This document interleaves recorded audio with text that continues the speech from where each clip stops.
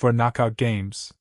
4 times Argentina walked to the edge, and 4 times, in the exact moment they should have fallen, something pulled them back.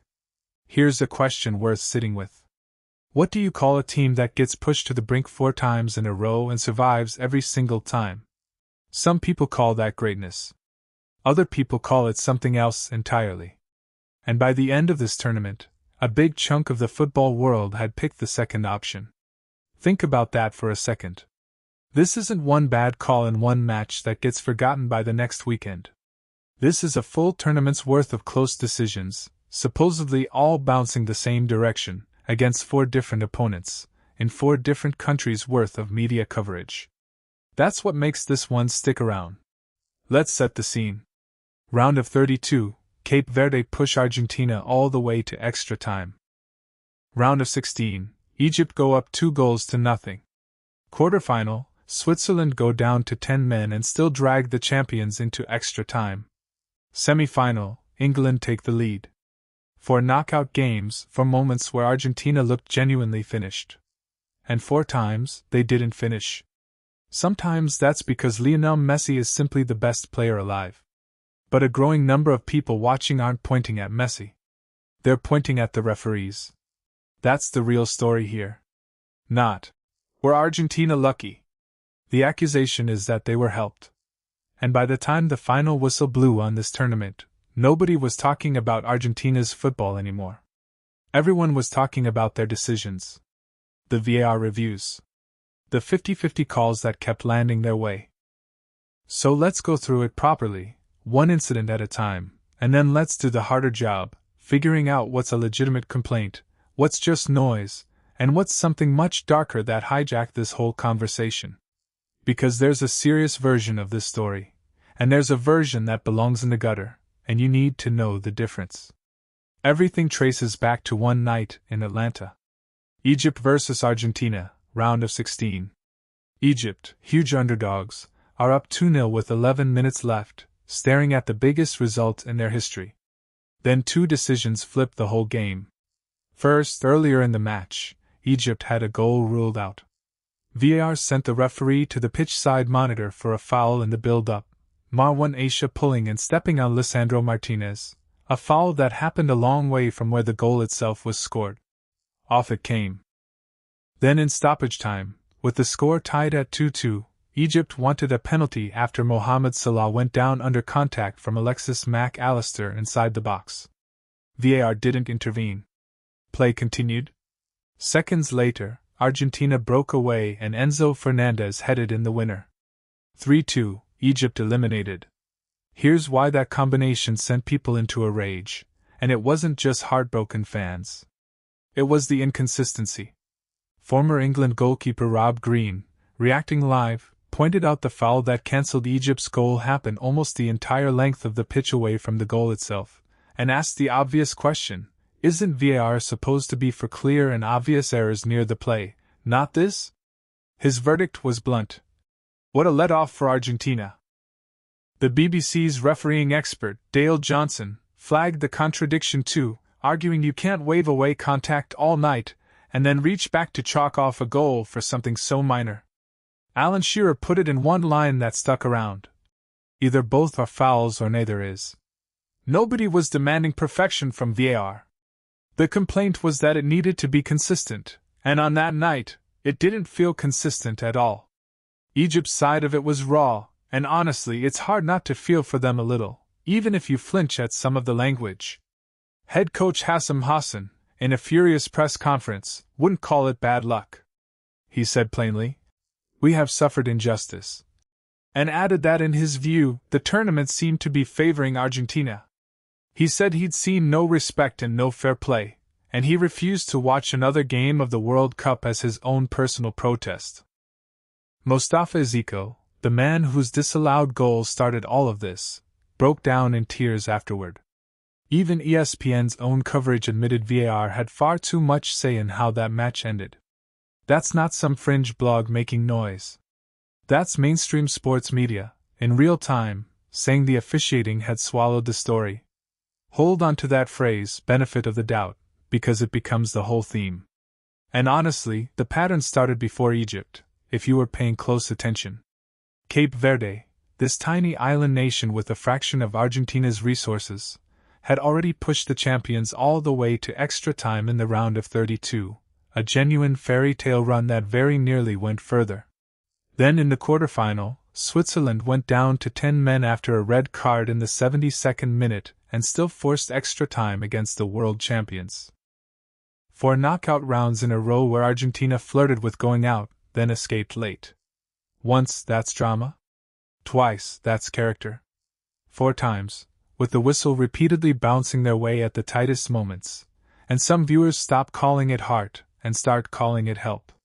Whether or not that's a fair read, that's exactly how this kind of narrative takes hold. Then came the semi-final against England, and the whistle drama didn't calm down, it got worse. Argentina committed 12 fouls in the first half alone, and picked up exactly 1 yellow card for it. Jude Bellingham, England's biggest attacking threat, was hauled down 4 separate times while trying to break forward, and nothing much happened about it. The referee that night had already walked in carrying a reputation, having been widely described beforehand as Messi's favorite official, which is exactly the kind of pre-match label that makes every close call afterward look suspicious, fair or not. Then footage surfaced of Bellingham at the final whistle, shaking the referee's hand and saying, "Some shocking ones, but all the best," seconds after his World Cup dream ended. To his enormous credit, when asked about his heated exchange with Messi on the pitch, Bellingham played it down completely, calling it just an argument about a foul and saying it was a privilege to share the pitch with Messi. But that line about "some shocking ones" stuck, because it echoed exactly what Egypt had been saying a week earlier. Different team, different continent, same complaint. And here's the part that made a lot of neutral fans stop and reconsider. When Egypt complained, plenty of people dismissed it as sour grapes from a beaten underdog. When the exact same complaint came from England, a top-ranked European team, in a semi-final watched by the whole world, suddenly the argument carried a lot more weight. Zoom out further though, and the pattern gets even bigger than the officiating alone. Before that England match, the draw had conveniently kept Argentina away from every single one of the world's top 13 ranked teams. Their group was manageable. Their knockout opponents were an island nation and a team down to 10 men. Critics did the math and called the whole run suspiciously soft. To be fair, Argentina then went and beat 4th-ranked England anyway, which undercut that argument somewhat. But by then the perception had already hardened, and once perception hardens, it colors everything that follows.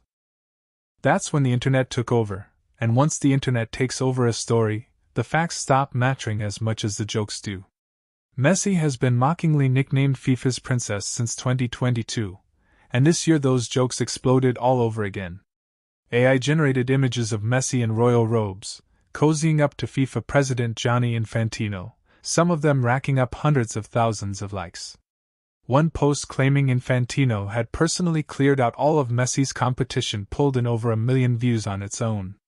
When Infantino called FIFA the official happiness provider to humanity at an event, and Donald Trump patted him on the back and joked, "Unless your team loses." A lot of people online treated it as a smoking gun, even though Trump was almost certainly just talking generally about whichever team any fan happens to support. But that's how this works once suspicion sets in. Once people decide something's rigged, literally everything starts to look like proof, even a throwaway joke at a podium. FIFA didn't help itself either. The referee assignments kept feeding the fire, especially that Messi's favorite official label going into the semi-final. FIFA's officiating decisions drew scrutiny match after match across the tournament, and the governing body's answer was always the same: insist the officials can't be influenced, and treat the questions themselves as the problem. But you can't lecture the world about integrity while your most decorated team keeps winning the close calls in the biggest moments. The more FIFA insisted nothing was wrong, the more it looked like an organization that had stopped listening, and that, more than any single VAR review, is why FIFA spent this tournament genuinely under fire.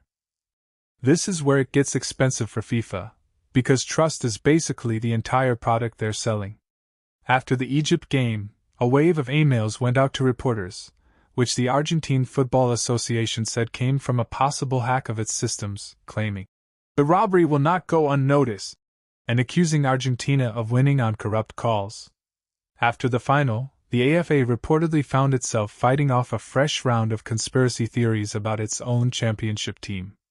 Think about how backwards that is. The world champion's own federation, spending energy knocking down claims that their title isn't legitimate. That's what a trust collapse looks like, and FIFA built the conditions for it with every call it never bothered to explain. Now I need to pause here and draw a hard line, because this didn't just get heated, it got poisonous, and pretending that part didn't happen is exactly how it spreads further. Alongside the legitimate arguments about VAR and marginal fouls, an ugly anti-Semitic conspiracy theory spread online after the Egypt match, the same ancient, baseless lie about hidden forces secretly controlling events, just repackaged in a football kit. It got so detached from reality that someone even vandalized the referee's Wikipedia page to fabricate details, purely to give the hatred something to attach to. I want to be completely clear about this. That is garbage. It's baseless, it's bigoted, and it has no place in this conversation or any other one. Criticizing a referee is fair. Criticizing VAR is fair. Criticizing FIFA is basically the whole point of channels like this one. But the moment the calls went against us turns into a secret group controls the sport. You've left football behind and walked into something genuinely harmful. I won't repeat any more of it, and I won't point you toward it either. The real questions here are about consistency and accountability, full stop. Anyone dragging this somewhere darker isn't standing up for Egypt, or for football. They're just using a match as an excuse to spread poison. With that said clearly, let's take the honest version of this seriously, because the fair picture actually has two sides, and it would be dishonest to only show you one. Here's the inconvenient truth for anyone chasing a conspiracy. Argentina are an absurdly good team, and they earn most of these wins. The Egypt comeback wasn't officiating. It was Messi's delivery into the box and a team that has scored a remarkable number of late goals all tournament because they're built to close matches out. Watch the England semi-final closely, and it's a tactical takedown. Argentina stretched the pitch, overloaded the flanks, used delayed runs to break England's defensive shape, and Messi set up both goals in a stretch where England, by their own admission, couldn't get near the ball. That's not a whistle doing the work. That's one of the best tournament teams in years doing exactly what great teams do. Look at the details and it holds up. For most of an hour, England actually contained Messi brilliantly, marking him tightly and forcing more turnovers out of him than in any recent World Cup game. It worked right up until it didn't. Once England sat back to protect their lead, Messi found space in the gaps, and there was a stretch where England barely touched the ball. Harry Kane later admitted it came wave after wave, and his side simply couldn't apply pressure. Argentina didn't need a referee to beat England. They needed Messi to find 1 yard of space, and once he did, they punished it relentlessly. Head coach Lionel Scaloni summed it up afterward. "There was blood in the water, and we went for it." That's a description of a team hunting, not a team getting handed a result. And some of the officiating calls really were correct by the letter of the law. Fox's own officiating analyst, Dr. Joe Macknick, defended the disallowed Egyptian goal, explaining that a foul during the build-up to a goal can absolutely wipe that goal out and lead to a free kick instead. That's the actual rule, whether or not it feels right in the moment. Rob Green disagreed with him live on air, and honestly, that disagreement is the whole point. Qualified experts looking at the exact same replay landed on opposite conclusions. That's very different from proof that anyone rigged anything. Referees miss calls. VAR is inconsistent for every team, not just against Egypt. And with this much money and scrutiny on a World Cup, every borderline decision gets frozen, zoomed in on, and picked apart by millions of people until it looks far more sinister than it probably is. Then there's the Bellingham detail, and I genuinely appreciate this one, because it's the most mature response in the whole story. A fabricated post claiming he told Messi that FIFA was helping him went viral. It never happened. What actually happened is a heartbroken competitor called the officiating shocking and, in the same breath, called it a privilege to lose to Messi. He held both of those truths at once. The calls frustrated him, and Argentina were still worthy winners. That's a level of maturity a lot of the internet could stand to learn from. One more piece of fairness worth remembering. That stoppage time moment against Egypt, the one Egyptian fans will never forget, wasn't a foul or a bad call at all. Argentina's Leandro Paredes made a full-stretch, last-ditch interception to stop Omar Marmoush from scoring what would have been the goal to send Egypt through. Analysts at The Athletic called it one of the most iconic defensive plays of the whole tournament, a moment of genuine brilliance against three attackers. Paredes was so proud of it that his family had the moment painted and hung on the wall. Not every escape in this run was a gift. Some of them were just world-class football. So where does all this leave us? Honestly, it leaves us with a scoreboard that's genuinely complicated, and I think both sides of this argument deserve to be heard. The inconsistency was real. Ruling out Egypt's goal for a minor foul in the build-up while letting a late penalty shout go the other way is genuinely hard to square, and serious pundits said so live on air. 12 fouls and 1 yellow card against England was real too. The benefit of the doubt landed on the same side across 4 straight knockout rounds, and when that keeps happening, you don't need a conspiracy for trust to start breaking down. It breaks down on its own. That's a real failure on FIFA's part, because their entire job is making every team believe the tournament is being officiated the same way for everybody, and on this evidence, they didn't manage that. But a trust problem isn't the same thing as a fixed tournament. And a great team surviving on fine margins is exactly what great teams do. Argentina got some benefit of the doubt, sure, and they also had Lionel Messi and a squad built to win the closing minutes of any match on the planet. Both of those things can be true at once. The real shame is that the legitimate questions here, about how far VAR should reach, about consistency, about why the biggest calls kept breaking one way, were genuinely important, and they got completely buried. Buried under meme jokes about a princess. And worse, buried under a wave of ugly conspiracy content that handed FIFA the easiest possible way out. Because once your critics include people spreading actual hatred, you get to write off every critic at once. That's the real cost here. It wasn't the trolls who hurt Argentina.